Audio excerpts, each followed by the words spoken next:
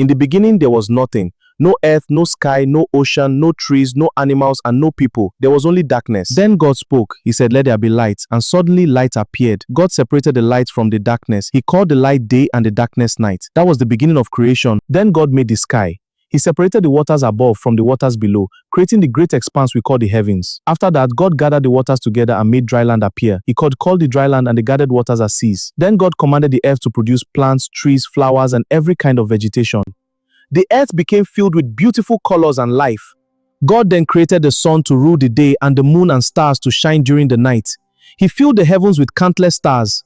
Next, God created creatures to fill the seas and birds to fly across the sky.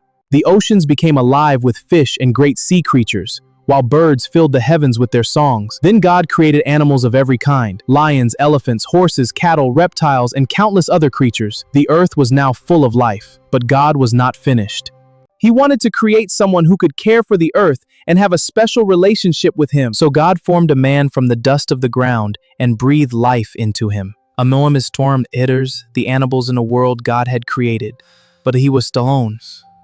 God saw that Adam needed a companion. So God created a woman from Adam's side. Her name was Eve. Adam and Eve lived in the beautiful Garden of Eden. They had everything they needed. There was peace between them, the animals, nature, and God. And when God looked at everything he had made, he saw that it was very good. Then came the seventh day. God rested from his work of creation, blessing the seventh day and making it holy. And that is how the story of creation began. From dust came light, from emptiness came life, and from the dust of the earth came humanity. Everything they could see had a beginning, and that beginning was the work of God.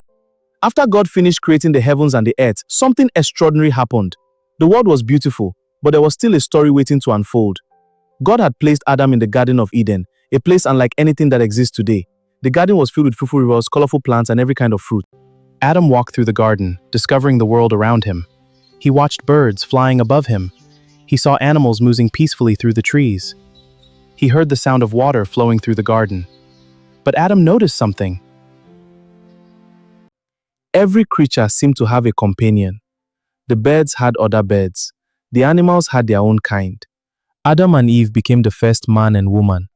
They lived together in the garden, surrounded by everything God had created. They could eat from the trees and enjoy the fruit. There was only one tree they were forbidden to eat from. It was the tree of the knowledge of good and evil. God had warned Adam, "You must not eat from it." Adam understood the command, and for a time everything remained peaceful. But somewhere in the garden, something was about to change. Among the creatures God had made was a serpent. The serpent was more cunning than the other animals. One day, the serpent approached Eve while she was near the forbidden tree. The serpent asked her whether God had really told them not to eat from the trees in the garden. Eve explained that they could eat from the trees, except for the tree in the middle of the garden. She said that God had warned them not to eat its fruit. Then the serpent challenged what God had said. It suggested that eating the fruit would not bring the death they feared, but would instead make them like God, knowing good and evil.